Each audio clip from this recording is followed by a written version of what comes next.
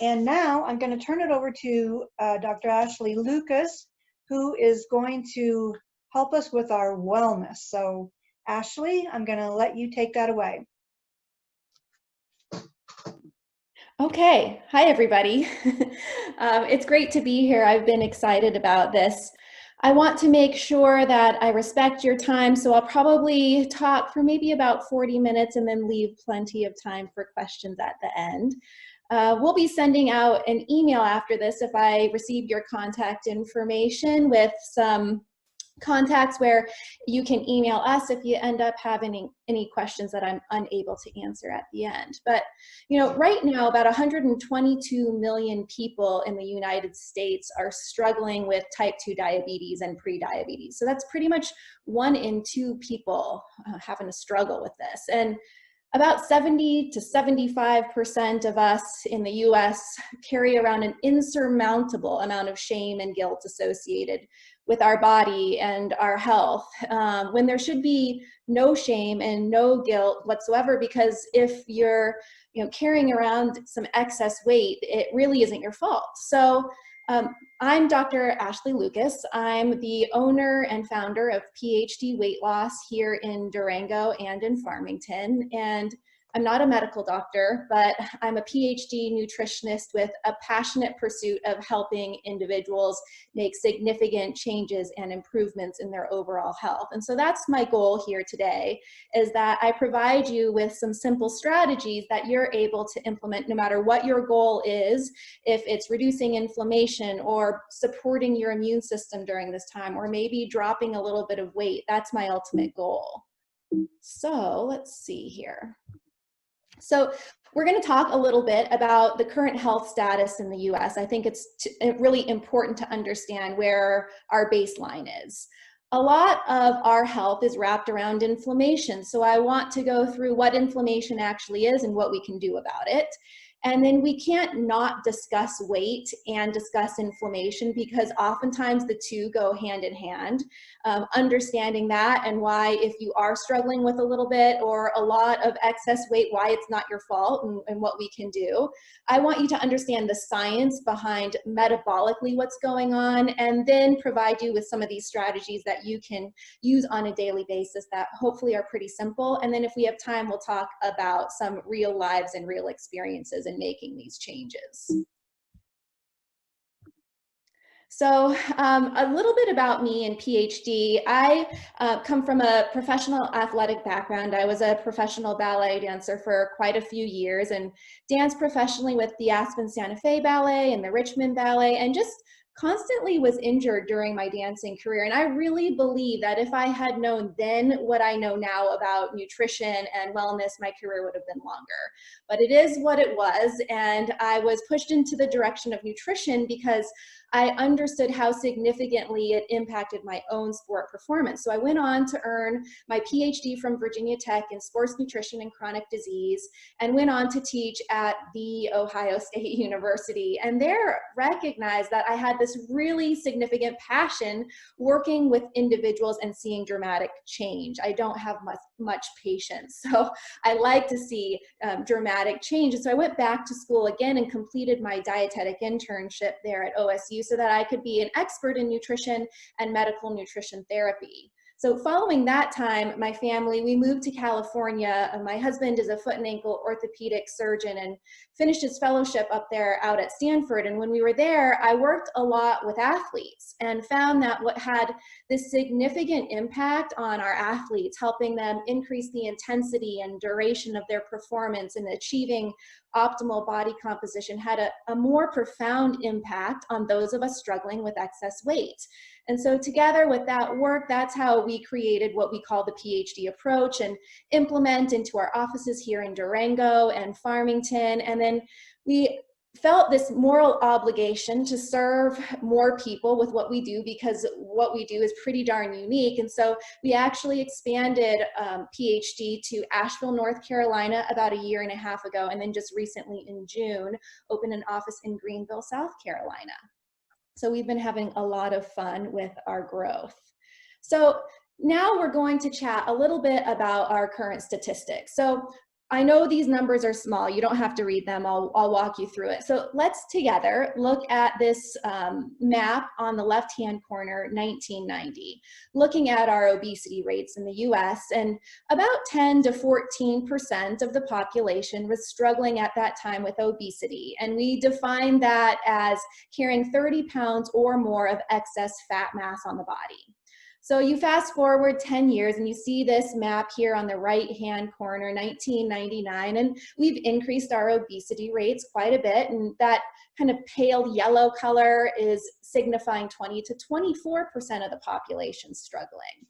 And then we fast forward about 20 years, and man, we have a new color scheme present. And you can see us in Colorado hanging on tight for dear life at that 20 to 25% body fat, but that yellow is 25 to 30%, the orange 30 to 35%, and the red means that more than 35% of the population in those states are struggling with an excess of 30 pounds of excess weight on the body.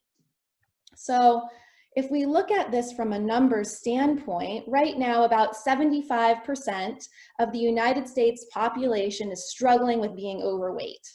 About 42% are struggling with obesity. So also, which is pretty dramatic, is that 88% of us are metabolically unwell. And by metabolically unwell, I mean we're struggling with these inflammatory metabolic situations like high cholesterol or high blood pressure, high blood glucose, gout, all of these inflammatory situations. And I think what is also interesting is that 25% of individuals who are thin or quote unquote normal weight are also metabolically unwell.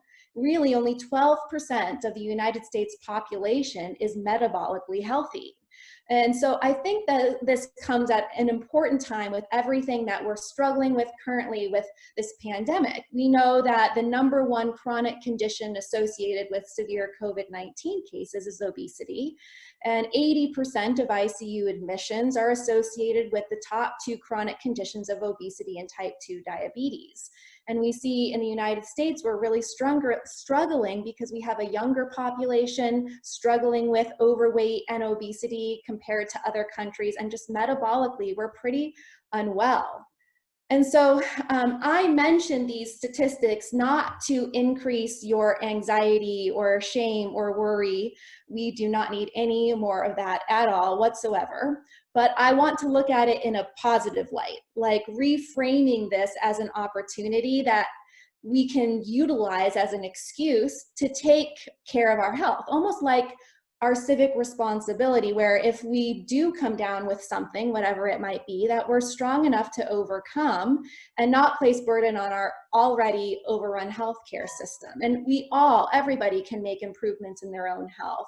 And so that's my goal today, is to provide you with some strategies that you can utilize. And even in severe cases of type 2 diabetes and high blood pressure, sleep apnea, metabolic syndrome, small steps make huge improvements, and oftentimes we can reverse these conditions.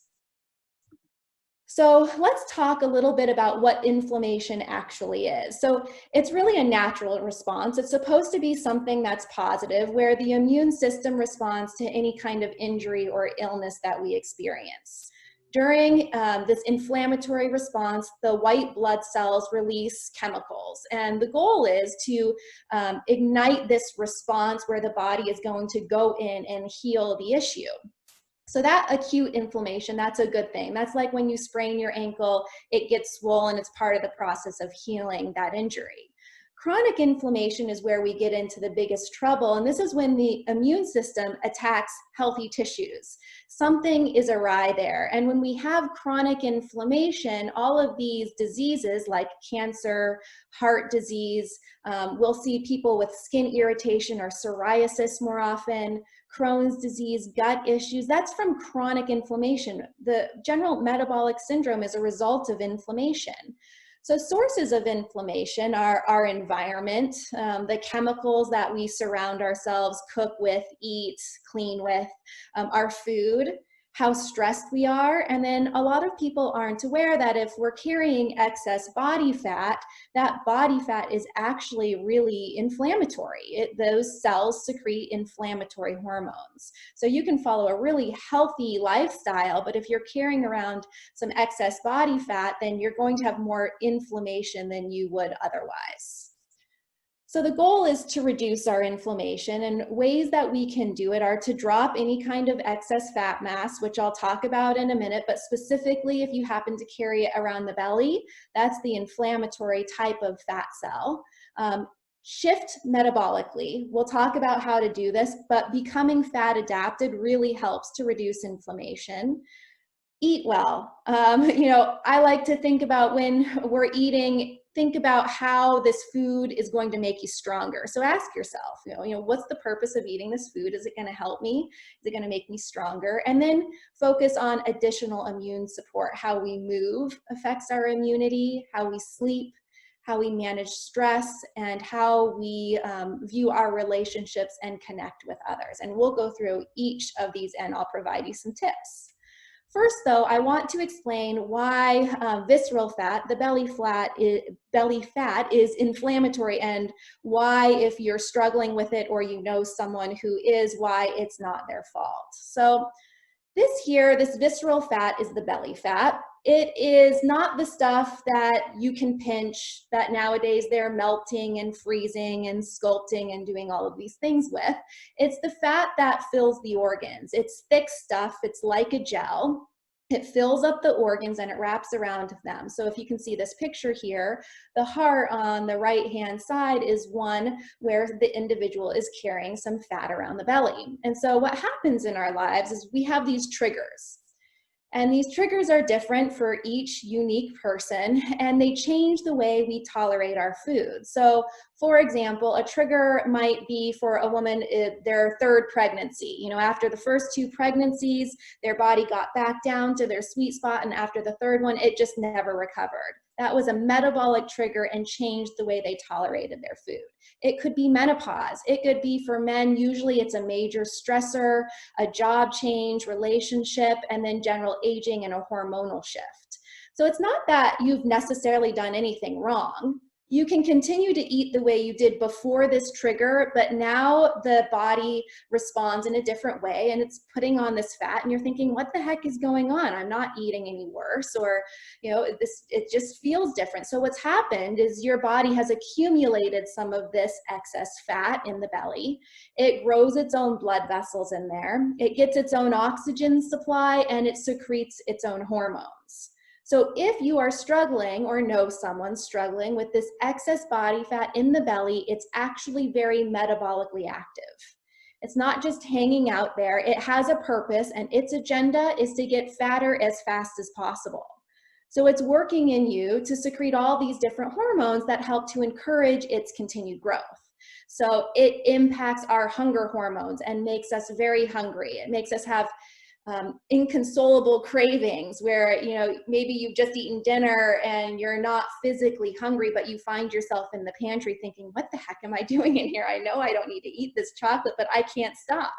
It's not that you have a flaw in personality or that you lack discipline or willpower. It's that right now, your body, all it wants to do is get fatter as fast as possible. It slows your metabolism, so you could literally look at a piece of pizza and a really great beer and gain a few pounds from it. And then it makes a lot of us lazy, because the last thing energetically the body wants you to do is move and expend a ton of energy. So that's why I say that weight gain isn't your fault, has nothing to do with you, but it's a metabolic scenario in the body and a dysfunctional situation that can be overcome, but it does impact the body, obviously, significantly. It's also why we drop weight and regain it. Is, let's say you have 30 pounds of excess fat weight on your frame, and you do something, the whole 30 or whatever it might be, and you drop 20 pounds. Now that's going to feel great. You're going to feel a lot better, but at 20 pounds down, you still have 10 pounds of this active tumor-like fat, and your risk of weight regain or a relapse is extremely high, like about 95% risk of it all coming back, because if we think of it like a tumor, we've left the last bit of it and it's like a weed leaving the root, and we know that it's going to come back and it's very powerful. So the goal and the ultimate aspect of success with, well, one part of maintaining weight loss successfully is truly getting the body where it needs to be, so we're no longer working against this excess fat mass.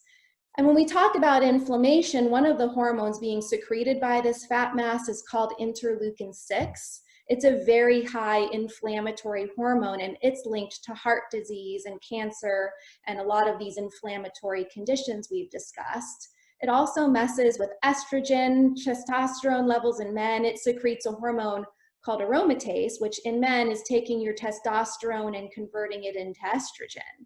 So the more fat mass that you're carrying, if you're a guy, is going to increase estrogen levels. And then as you continue to gain fat, you're going to find it in the belly, the chest, and the throat area, primarily because of the higher estrogen levels that it's causing. So what I find is helpful to drop weight and drop inflammation is to teach the body how to burn fat for fuel and increase metabolic variability, which means that it can transition between burning sugar and burning fat very easily.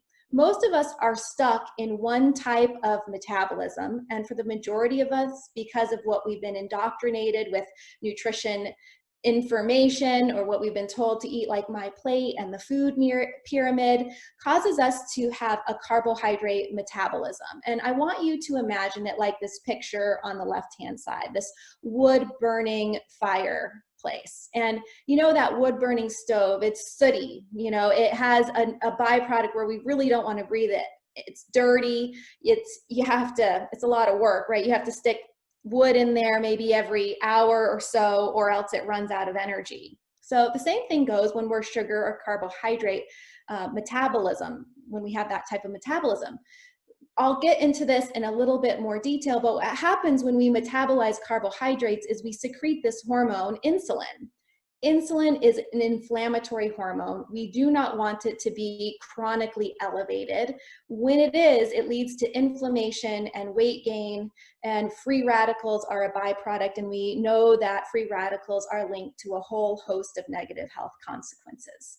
So instead, our goal is to become fat burners. And this does not mean that you have to follow a keto diet or be in ketosis.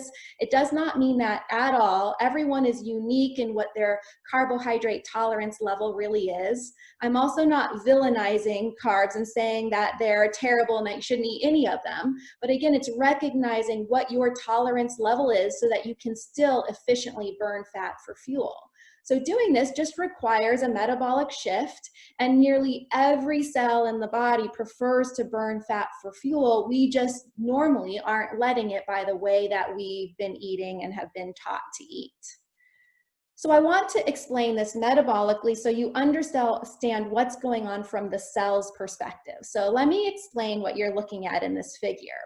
So this top figure is a picture of a normal cell. So you'll see here this brown thing. The brown aspect around, that's the outside of the cell. That's the cell wall with these black little looking gates in it. And then the whole brown area, that's the inside of, say, your muscle cell. And then the purple area is your bloodstream. So now that we know that, I want you to imagine that you eat your breakfast. Let's say it's steel-cut oatmeal with some blueberries and some organic vanilla flavored yogurt. Well, the body doesn't really care where the carbohydrates are coming from. Of course, say a fruit or a complex carb is better, but it's still all metabolically looked at very similarly, and it's metabolized in general. Let's just use a broad term of glucose or sugar. So in this image, all of these red dots are sugar or glucose. So you eat that breakfast. It goes into the gut. It's digested and metabolized and goes out into the bloodstream into these glucose sugar molecules that are red here in this top picture. Well, the body doesn't like to have high glucose in the bloodstream, right? If we have chronically elevated high glucose in the blood, then we become type 2 diabetic, or first pre-diabetic. And so what the body does is it signals to the pancreas, and it tells the pancreas, okay, there's a situation at hand, we've got to fix it, release insulin. So insulin in this figure are the blue dots. And so I want you to imagine that insulin is like a key. And what it does is it travels around the bloodstream and it opens the gate, that cell wall, that black thing in that image, and it allows the glucose or the sugar to flow into the cell so that you have energy and you go about your business and you feel great and you burn it off through whatever you love to do. And it's this beautiful homeostasis where you eat, it goes into the cell, you have energy, you go about and do your thing and burn it off, and then you're ready to eat again. Now, the majority of us who are dealing with either weight gain or inflammation, we're not in this scenario. Our cells are the picture in the bottom of the figure. So now what happens is, let's say you take in that same food, the same amount, maybe even a little bit less because you're trying to watch things. Well, this food metabolizes into these glucose molecules, but now look at that cell wall. There's not as many black gates in there, and I want you to imagine that your muscle cell is now calloused over. So insulin is secreted, and more of it. It's telling the pancreas, hey, I need more, because the cell wall isn't recognizing what is being secreted by the pancreas. And that insulin rather bounces off the cell wall and can't open it. And so this is when we become on a spectrum of insulin resistance. And so now this glucose, it can't get into the cell. The cell is just blocked off, and this glucose has nowhere to go. It's stuck in the bloodstream. And again, the body hates that. So it needs to do something about it. Well, it's going to mount an inflammatory response, and this glucose is going to convert into fat and be stored as fat on the body. So storing body fat is like a protective mechanism against becoming diabetic and having high blood glucose chronically in the bloodstream. So I hope that makes sense of what's going on there metabolically. And then energetically, we don't have the energy to go about and move. And that's why we feel like we don't want to do things we used to love to do. And we find that it's painful, or we really have to push ourselves to do the activity that we used to just love. So we're going to look at this one other way, and then we're going to move on. So let's just imagine that for breakfast, you eat a bagel and a latte, or you have one of those, I always like to point out those green Odwalla juice drinks that have the pictures of kale on there, and it'll say like superfood juice. Well, both of these items are pretty much about 19 teaspoons of sugar to the body. And the body can only deal with, metabolize about 1 to 2 teaspoons of sugar at any given time. So this is like 15 times as much sugar than the body can tolerate. So for a person who's insulin sensitive, picture that top figure again, where their body can take in that sugar into the muscles. Well, what happens is they follow the left-hand side of this graph that you're seeing here. The sugar, it flows into the muscles, they can burn it. They're eating, this individual's eating within their carb tolerance level, and I would still beg to say that this person's not having the lowest inflammation with eating this type of breakfast anyway, but they're not struggling with excess weight at least. But for the majority of us, what happens is that the insulin-resistant muscle cells can't accept any of this sugar, this 19 teaspoons, so it's forced to go into the liver. The liver can fill up with sugar, but it doesn't have that big of a store. So think of it like a fuel tank, and it's overflowing. It's done. It's like, I cannot accept any more of that. So what it does is it switches over and starts to store this excess sugar or glucose, glycogen, all different names for the same thing, as fat. So now the glucose is filled with the sugar, it gets filled with the fat, and we develop fatty liver. Well, the body, the liver, wants to get rid of this fat that's in the liver, so it releases it into the bloodstream as triglycerides, and now we start to see elevated triglycerides on our lipid panel. And then the triglycerides float around in the bloodstream on VLDL, LDL. So we see these particles start to go up. And we're thinking, what the heck is going on? You had a bland, fat-free bagel and a skinny latte for breakfast, or this green drink that had pictures of veggies on it. And it just calories in and calories out or whatever we're looking at doesn't make sense, but this is metabolically what's happening. So I hope that that makes sense. And the benefits of fat adaptation pretty much allow us to drain the liver where it's not going to be filled with this glycogen and fat. Imagine your liver and your muscle cells almost like a glass of water. And the goal is to fill up the glass just to the top and then drain it out. Right? But for a lot of us, this glass, this liver and the muscle cells are overflowing, and that's when we have inflammation and we have weight gain. So the benefits, I know I've talked a lot about weight, and this is not the objective of this, our time together, but it extends far beyond that. We can, again, reverse diabetes very frequently. It's therapeutic in a lot of forms of cancer. We can enhance athletic performance significantly, especially for endurance type athletes. We work often with clients who have epilepsy and can decrease the severity and frequency of their seizures. We talked about fatty liver, and then, you know, we call Alzheimer's disease type 3 diabetes, so significant impact on the brain and our overall brain health. So now I want to provide some strategies that you guys can implement to make some changes. And everything that we do is based on evidence and science. We have at PhD an advisory board of physicians and PhDs in psychology. And together with me, we're always innovating and updating things to make sure that we are supporting the most current literature. So in general, some tips on what to eat: lower glycemic index carbs. What that means is higher fiber and lower sugar. And if you do not like any of these vegetables, you do not have to eat them. And it still means you can succeed in making some changes. These are just easy, frequent ones. You know, they make everything out of cauliflower these days. I went to Walmart the other day and saw cauliflower flour. So yeah, lots of new things coming out on the market. Reducing grains, just trying to make your meals so that grains aren't going to be the base. Choosing a full fat Greek yogurt if you can tolerate dairy. Those flavored Greek yogurts and all the fancy non-dairy or whatever type, they're all, a lot of them are filled with sugar and have just as much sugar as Haagen-Dazs ice cream in them. So you're better off topping them with your own topping so you can control what's in it. I wouldn't fear fat. You know, to feel full and absorb your fat soluble vitamins, you need to have some healthy fats in there. If you don't want to eat saturated fat, you don't have to. How we tolerate saturated fat really depends a lot on our genetics. But in general, you know, first, cold pressed extra virgin olive oil. I haven't seen many people who don't do well with that. I really like avocado oil because it has no flavor and it's really strong so that you can cook with it at a high temperature.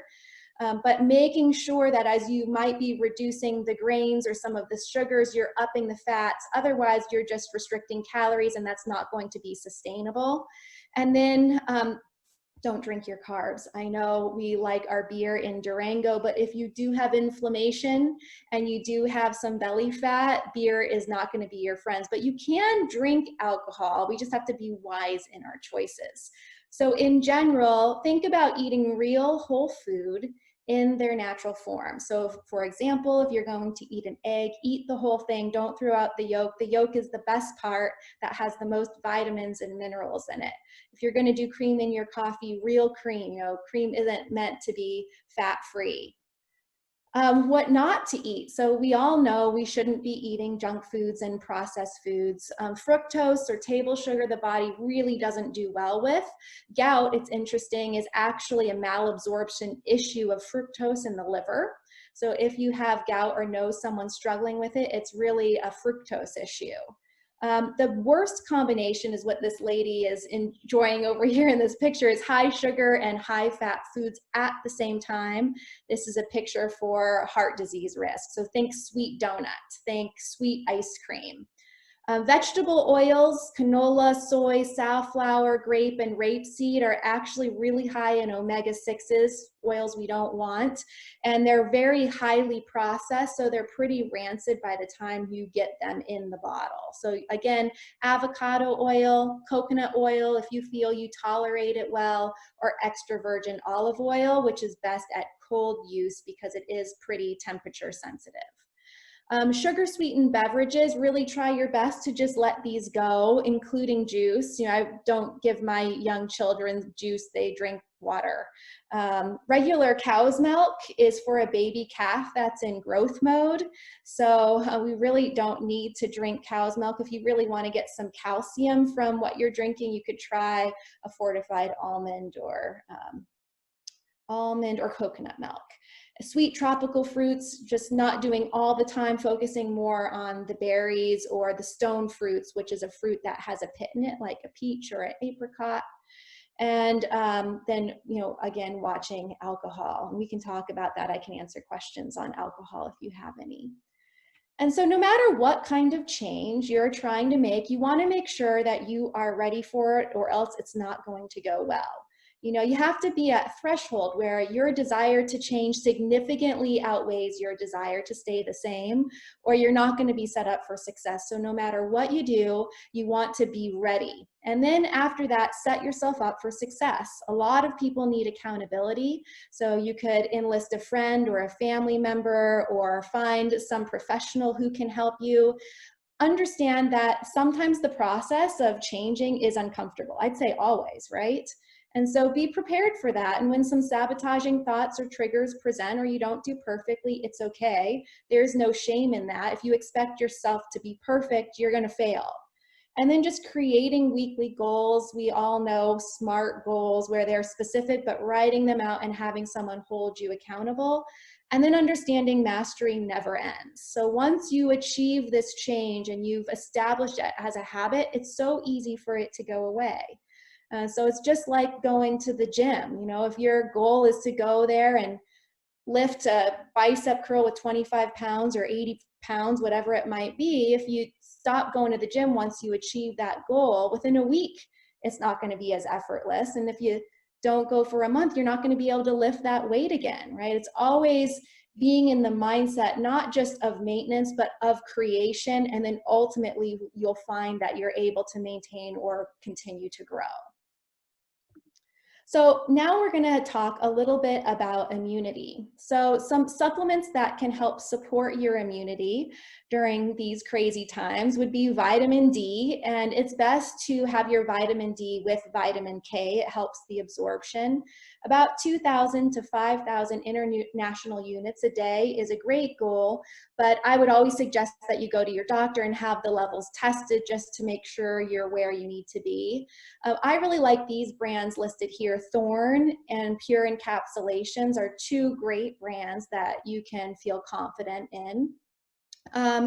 You could be cyclical in your vitamins. So during the summer, we actually absorb the sun to help make the active form of vitamin D, but in the winter we don't. So maybe in the winter you really are consistent with your vitamin D intake, and then during the summer you make sure you get out in the sun and make some on your own. Vitamin C is really supportive from a viral standpoint, and I like the liposomal brands, or I guess versions. They just have a quicker bioavailability and absorption rate. Mushrooms like lion's mane, you can get teas made out of these now. Zinc is important from an immunity standpoint, and then crushed garlic has a lot of antiviral properties. The ticket to garlic, if you're going to use it, is you want to crush it and then let it sit for about 10 minutes before you eat it or cook with it to allow the enzyme that helps to support immunity come to the surface and work. And then just during times of uncertainty and stress, we established a lot of relationships. They can either be good or bad, but they're going to stick with you because they're so emotionally tied. So you want to watch your overuse of alcohol and caffeine so that we're not establishing bad relationships with them during these times that are going to stick with us. Let's see. So exercise. Exercise we can talk about in more detail, but in general, it is not a weight loss tool. Definitely a wellness tool, important to do something that allows you to move and get outside every day, but chronic cardio is pretty inflammatory.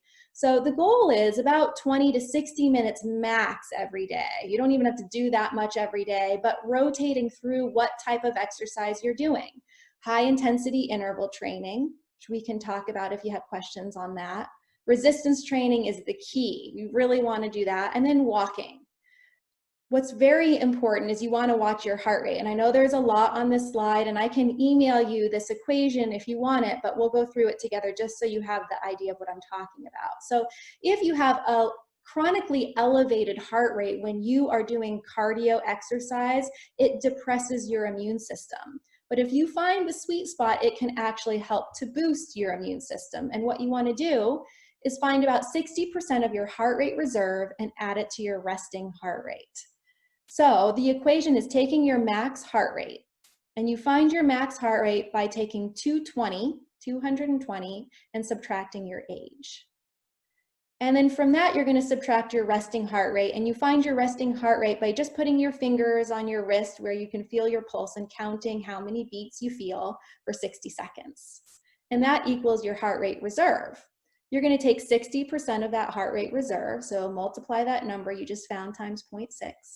and add it to that resting heart rate. And that's your goal for optimal immune strength, which means you don't want to go above that for very long, or it's going to stress the body, stress the system. Immunity and sleep. Sleep is the number one thing that you can do to improve your health. Specifically brain health and your nervous system. And right now, with everything that we are going through, we need strong nervous systems. Lots of studies looking at the impact of sleep on our health. One such study looked at the influenza vaccine and how many antibodies were made. And we found that less antibodies at 1 and 4 months after the vaccination were associated with short sleep, which is defined as less than 5 hours a night for about 5 days in a row. Lots of studies looking at sleep and weight loss. When we look at 4 to 5 hours of sleep or less, again, that definition of short sleep, we see increased leptin levels, and leptin is your hunger hormone, so you're going to be hungrier. Increased cortisol, which we know is also a hunger and stress hormone. Increased food intake and carb intake.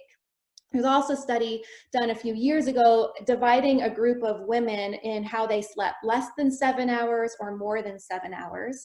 And the individuals who slept less than 7 hours ate less and weighed more than the group who slept more. Now, this slide right here looks at the frequency of colds in association with sleep duration. And you can see that the frequency of colds was much more significant in folks who slept less than 5 hours on the left-hand bar compared to people who slept more than 7 hours. So tips for sleep, creating a ritual. Just treat yourself like an infant. Go to bed, have the same rituals, same thing every night, waking up at the same time. The body responds really well to that. Reducing blue light, you can buy light bulbs for your bedroom or wherever you're hanging out at night before bed that remove the blue light.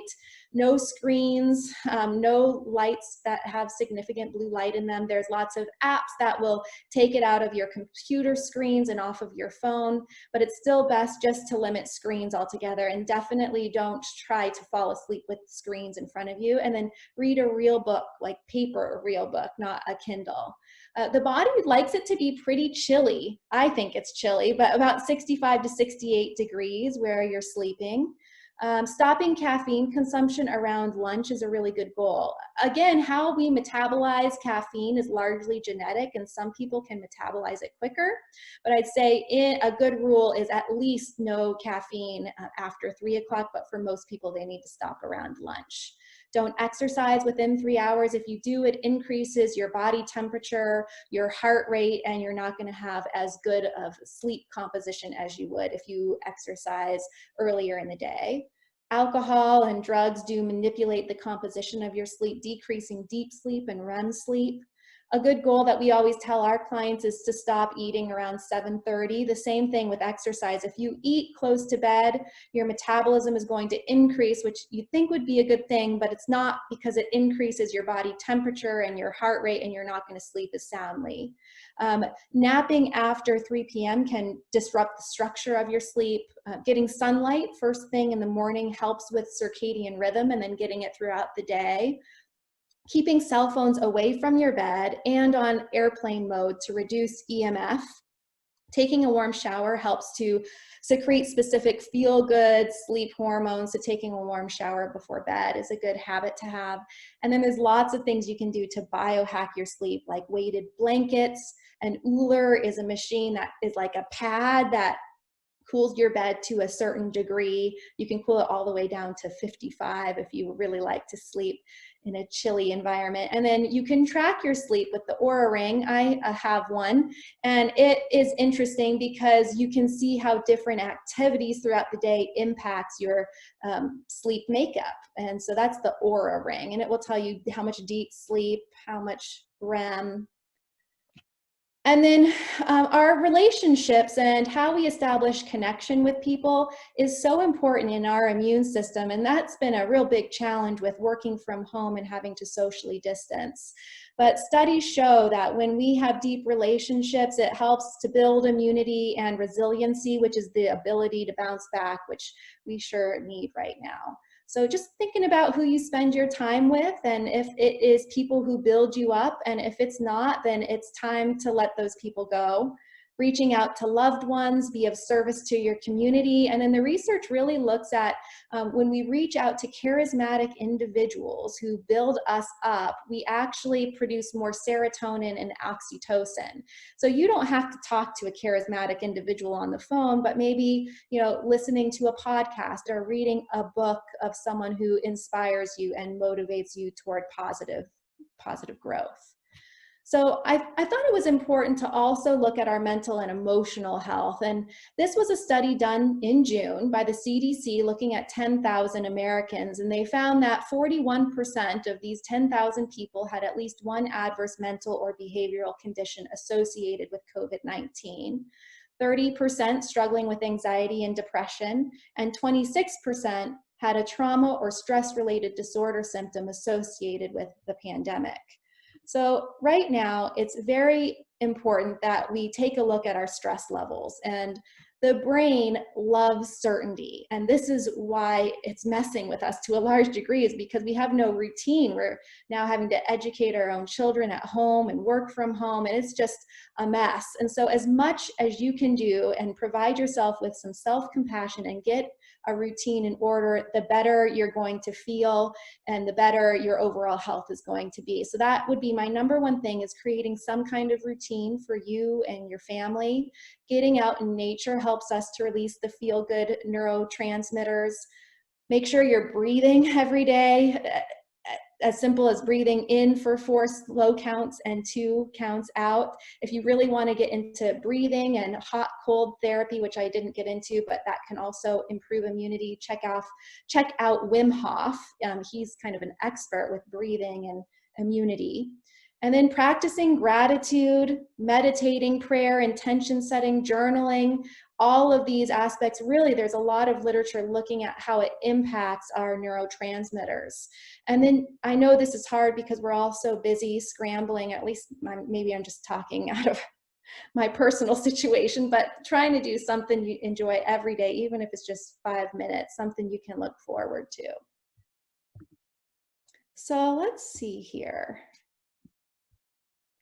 I'll just go through this briefly, talking about, I don't have a clock on my computer, but just talking about some changes that we've seen in our clients. And so this lady, she made huge changes, and I think her story is significant because she went through a lot of foot surgeries, about 4 major surgeries. You can see in her before picture, she has some tape and toe spacers, and then you can see on the right hand side on her after picture, she's still in the boot. But she dropped significant weight and improved her inflammation, and this was in 2015, and to this day she is maintaining this significant weight loss. I'm proud of her for that. this fellow, I think his story is important because he came in with metabolic syndrome and he was type 2 insulin dependent diabetic for a very, very long time. And when I talked to his endocrinologist, she mentioned he was never going to change.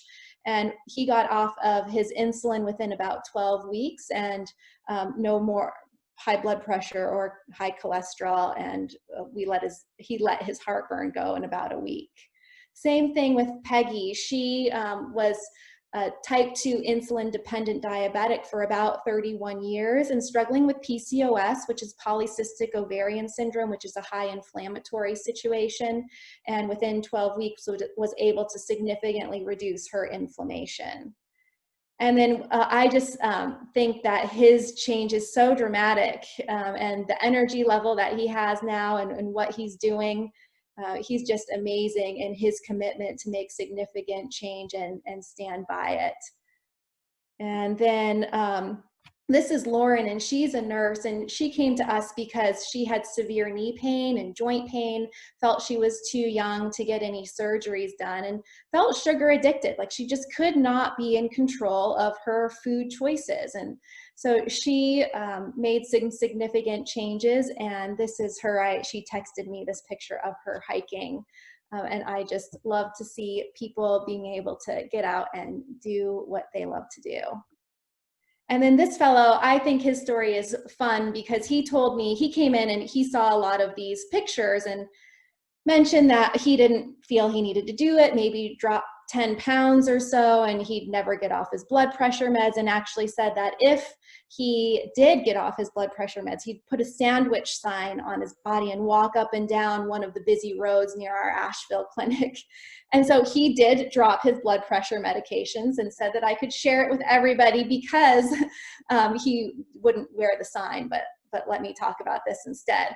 And yeah, he just felt like he was able to understand a true new lifestyle change. And if he goes on a cruise and maybe increases his whiskey consumption, he really likes hamburgers, maybe he'll go off a little bit of his lifestyle, and that's okay. And he might pop up a little bit, feel a little bit more inflammation, but he understands what he needs to do to get on track and maintain where he needs to be and let go of his blood pressure for the long term. And so he just said that once he became fat adapted and became accustomed to a life change, it was easy to stay the course, and he dropped more weight than he could ever imagine.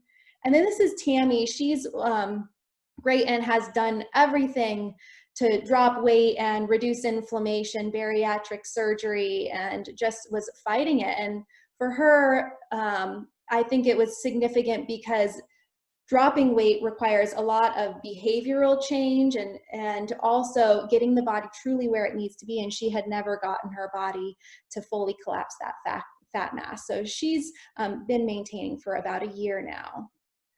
So that's it. I hope there was some good takeaways. My takeaway for you is that, if you're struggling with weight gain or someone who is, it's not your fault.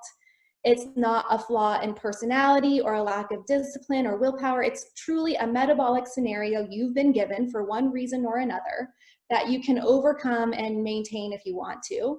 And if that's not your goal, if the goal is just to reduce inflammation or improve some aspect of your health, you can do it with small, simple steps. It doesn't have to be anything big. So now it's just kind of up to you, and you can make this decision if you're ready and give it to yourself to dive in and just commit to yourself to making a change. And when you do, it's outstanding, and it's really the results are so exciting. So again, just if I do get your contact information, I'll send out an email that has some information on it. We're providing free consults in our office if you're interested in learning about your body composition. And now I'm going to try to unmute myself and see if there's any questions. So, or I guess I am unmuted, but let's see. Stop sharing. Okay.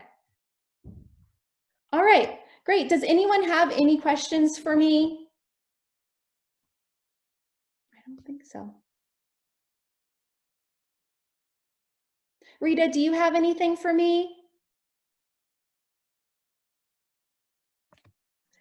That was great information, Ashley. I mean, maybe you want to let everybody know how to find you or your office here, where it Yeah. is? And Yeah, we are located on Rivergate Lane by Animas Surgical Hospital.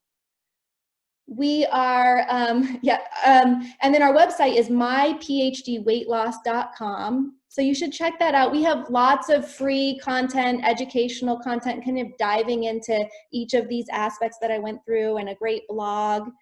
And then my husband does a lot of writing on the research behind metabolically what we do. So if you have any questions on the metabolic scenarios like gout or blood pressure or cholesterol, feel free to reach out. We can help you with that. do you see that question? Yeah, do you see that question there? Okay. Yeah. So the question is, what is the ideal body mass index? So I don't even look at body mass index. Body mass index looks at your height to weight ratio, and I don't think it's a good indicator of health, because a lot of people carry more muscle, which is going to allow them to weigh more but still be in a healthy area. So when we have people come in for their initial consult, we measure body composition looking at body fat percentage and how much visceral fat is in the belly. So really the numbers that we want to look at is body fat percentage is one of the primary ones. And so it depends on your age, your fitness level, how tall you are as to where that needs to be. But yeah, is that kind of helpful? JFB, I don't know if you're a guy or if you're a woman, but for a man, it would be about, 20% body fat, depending on your age, give or take, maybe 18%. For most women, it's a bit of a bigger range depending on your body structure, but we could range from 24 to 30%.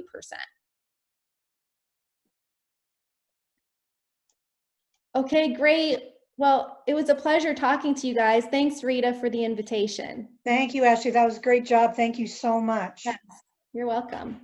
Thank you.